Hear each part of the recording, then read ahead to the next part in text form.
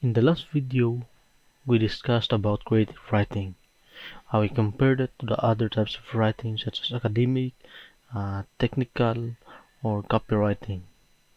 Also, we tackled sensory experience and imagery and showed you the importance of it in creative writing. In today's video, we will discuss about two other important elements in creative writing, maybe just one, and that's the figures of speech. What is a figure of speech? Figures of speech are words or phrases used in non-literal sense for rhetorical or vivid effect. It is also known as a rhetorical figure or figurative language.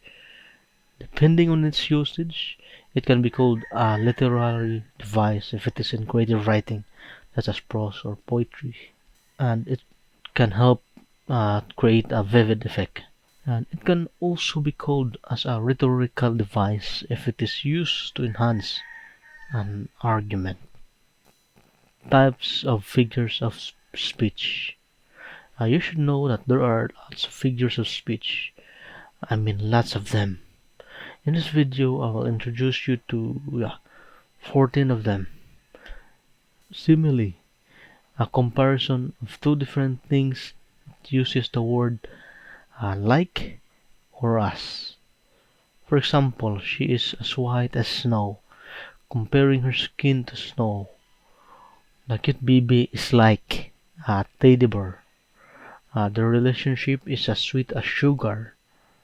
Usain Bolt runs like a cheetah.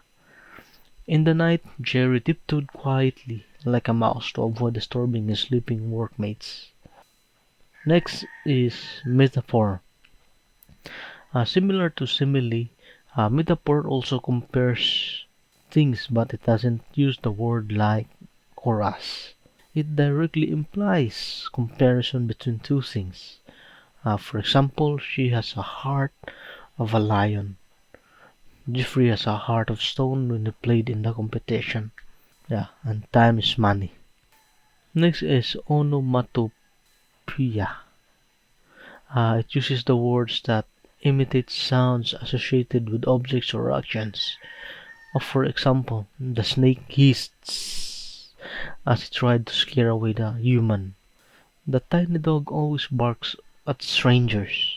In the old house, there's a huge clock that tick-tocks loud. Tick-tock, tick-tock, tick-tock. Tick-tock imitates the sound of the clock. And that's what onomatopoeia is. When they won the basketball tournament, he roared like a lion. Next is personification. Personification endows human qualities or abilities to inanimate objects or abstractions. Basically, in personification, you assign human traits to non-human objects. For example, during Odette, the wind howled throughout the night. The plants beg for water in this hot weather. And every morning my alarm clock would scream at me. So that's the personification. And next is apostrophe. It is addressing a third party or thing that is an abstract, inanimate, or inexistent character. It's addressing someone absent, dead, or non-human, as if that person or thing were present. So you are speaking to a non to a thing or person that doesn't exist in the present. Okay? For example, in this song called Sound of Silence, it uses "Hello darkness, my old friend, I've come to talk to you again." So in the song, he addresses darkness, which is an non-existent character or inanimate. So another would be sky. Please be good to me. And here's a more common example, and everyone hears of them when they are young. Twinkle, twinkle, little star, how I wonder what you are. Next would be hyperbole. It is a figure of speech which contains an exaggeration for emphasis. It helps emphasize the main idea, to support argument, or to make something more vivid for focus. It's like kwento mo sa pago. You speak of something uh, in a way that is bigger than reality. For example, my new shoes are killing me. Luffy eats like a vacuum. After a cramming week, I sleep for a year. And there's a common example. An apple a day keeps the doctor away. So, next would be metonymy. It is a figure of speech in which the name of an attribute or a thing is substituted for the thing itself. It is when a thing or concept is not called by its own name but by the name of something associated with the thing or concept. Sometimes we call a plate of food as dish. Also, another example would be, tell me what happened. I'm all ears. Next would be synecdoche, which is uh, similar to the previous figure of speech. Synecdoche is a figure of speech in which a part is used for the whole. It is where the part represents the whole. You must have heard in the movies wherein they call cars as wheels instead of purely calling them cars. Next would be oxymoron. It is a figure of speech which combines incongruous and apparently contradictory words and meanings for a special effect. It uses a pair of opposing words. So when you say act naturally, it's an oxymoron. Natural and act is contradictory, but the sentence still makes sense. Words such as bittersweet, calculated risk, and the living dead are oxymorons. The deafening silence and cruel kindness are also other good examples of next would be a paradox.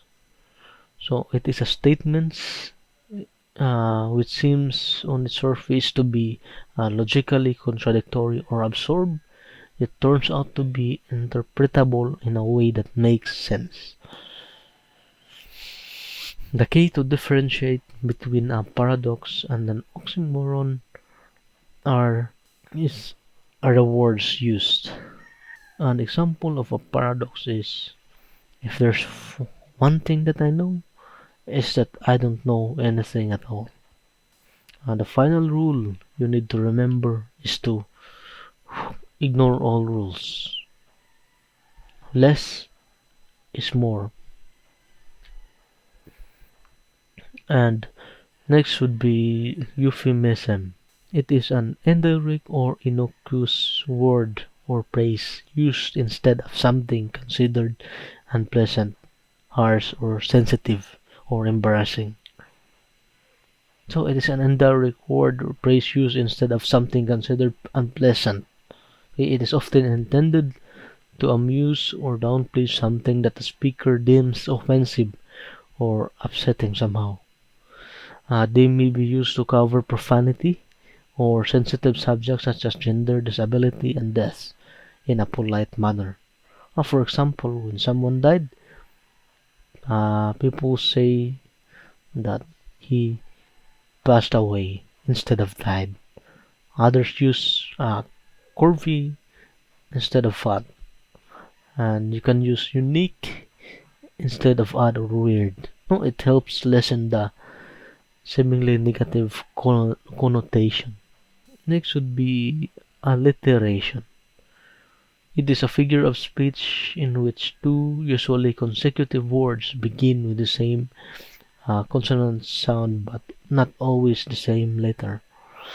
Well, the words do not always have to be right next to each other, but when you say or read them, the sound is repeated. There are some common examples. Peter Piper pick a pick of pickled peppers. Uh, Peter Piper pick a pick of pickled peppers. So, Rudolph the red-nosed reindeer rose rapidly into the air. Busy as a bee, good as gold, methods of madness. So, it is also used by companies or pen names to make them memorable, such as Coca-Cola, Dunkin' Donuts, PayPal, and Donald Duck. Why don't you, why don't you try speaking Peter Piper pick a pick of pickled peppers? Why don't you try saying it again and again? So next is assonance. The repetition of the same vowel sounds across successive or closely spaced words in a sentence or phrase. It is where repetition of similar vowel sounds occur in two or more words near each other. For example, the tongue twisters Peter Piper pick a pick of pickled peppers illustrates both the alliteration, repeating P sounds at the beginning of the words, and assonance, repeating I and E sounds within words. And another example would be she sells seashells by the seashore. It is also an example of assonance due to its repeating E sounds. Other examples include son of a gun, dumb black. It is also used in songs such as in songs. It is also used in songs such as Silent Night, Holy Night, All is calm, all is bright. Next would be anaphora. When the first word or first set of words repeat across successive sentences, clauses, or phrases, it's anaphora. For example, the famous lines in a Charles Dickens novel, it says, "It was the best times. It was the worst of times. It was the age of wisdom, and it was the age of foolishness." So Charles Dickens repeatedly uses the same phrase, "It was the." Another example would be the speech "I Have a Dream" by Martin Luther King. It is one of the best speeches in history. I recommend you to watch it and study it.